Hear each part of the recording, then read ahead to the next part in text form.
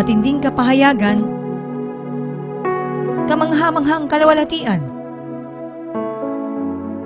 at dakilang himala ang nahayag sa nakalipas na oras ng himala, Miracle After Miracle Explosion, na may temang Christ is the Answer. Kung ibig nyo ring maranasan ang kalwalhatian at himala ng Diyos at matuklasan ang kakaibang kapahayagan na magdadala sa inyo sa malalim na pag-ibig sa Diyos at sa maraming kaluluwa, kumuha ng kopya ng gawaing ito na may mga sumusunod na pamagat. Day 1, Through the Cross. Day 2, Why Suffered if Christ had already suffered. Day 3, Rapture Ready.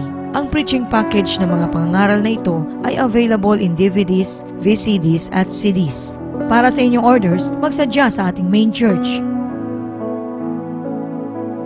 Maaari rin kayong tumawag o mag-text sa mga bilang ng teleponong ito.